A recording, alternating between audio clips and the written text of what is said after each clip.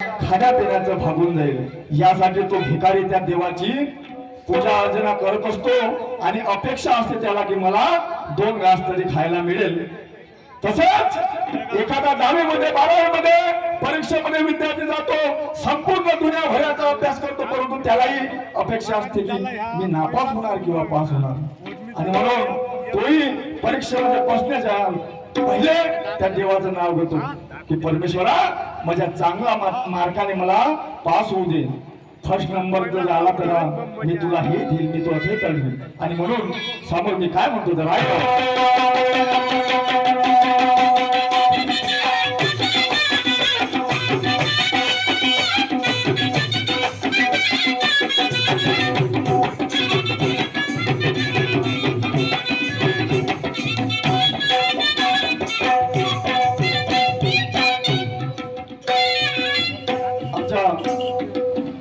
बापू हो सामना दुय्यमीचा आणि दुय्यमीच्या जोडीला लाभलेल्या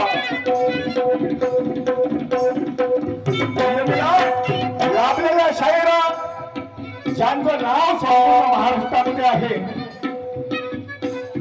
आणि मी ज्यांना आठवतून काय मानतो हे त्यांनाही माहित नसेल, परंतु हे एक वेळ काळ आहे,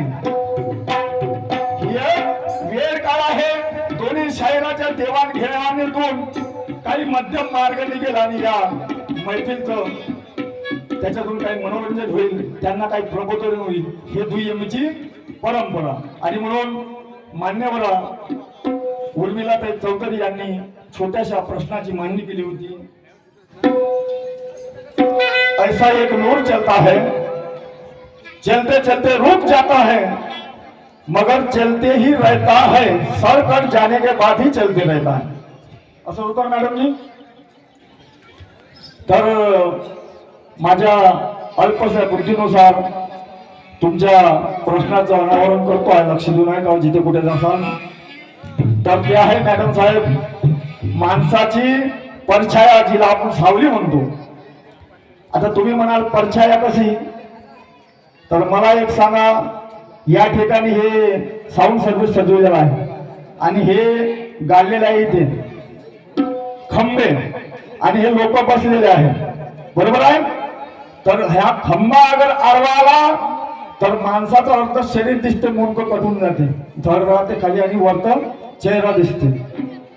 आता माझ्या बुद्धीप्रमाणे तुमच्या प्रश्नाचं निवारण केलं. नसन पटलं तुम्हाला तुमचं तुम्ही सांगा, माझी हार होईल, तुमची जीत होईल. आणि राहिला प्रश्न सर कट जाने के बाद में चलता ही रहता बोलते, तर एखादं समजा आता कदाचित एक वडासारखं मोठं झाड आलं, त्या झाडाची सावली पडते, माणूस चालत राहते, सावली माणसाची माणसाला दिसत नाही, अर्ध्यातून कट होऊन जाते. हे झालं मॅडमजी तुमच्या प्रश्नाचं उत्तर. आता माझा प्रश्न काय म्हणते लक्ष देऊन आहे का. ज्या माणसाचं संपूर्ण महाराष्ट्रामध्ये नाव आहे असे स्वामी विवेकानंद, बरोबर आहे, माझ्या बाबा सगळ्यांना माहित आहे. तर स्वामी विवेकानंदांनी ज्या प्रेक्षकांना एक बोध केला, कोणता, जसे कर्म तसे फळ माणसाला भोगावे लागते. पाहिजे जसे कर्म तसे फळ माणसाला भोगावे लागते, हे वाक्य उतरवलं सर्वप्रथम. हे स्वामी विवेकानंद सर्वप्रथम वाक्य हे कोणी उद्गारलं त्यांच्या पहिले. बस जैसी करणी वैसा फल, हे वाक्य स्वामी विवेकानंदाला तर म्हणलं, पण त्याच्या अगोदर 2 व्यक्तींनी म्हणला. त्या 2 व्यक्तींचं नाव सांगा, बस एवढंच तुम्हाला विचारायचं आहे. समोर मी काय म्हणतोय,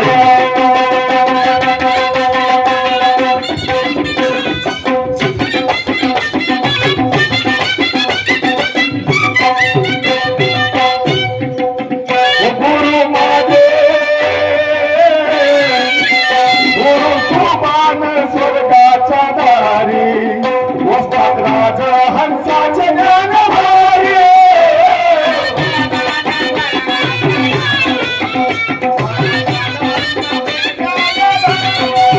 गुरु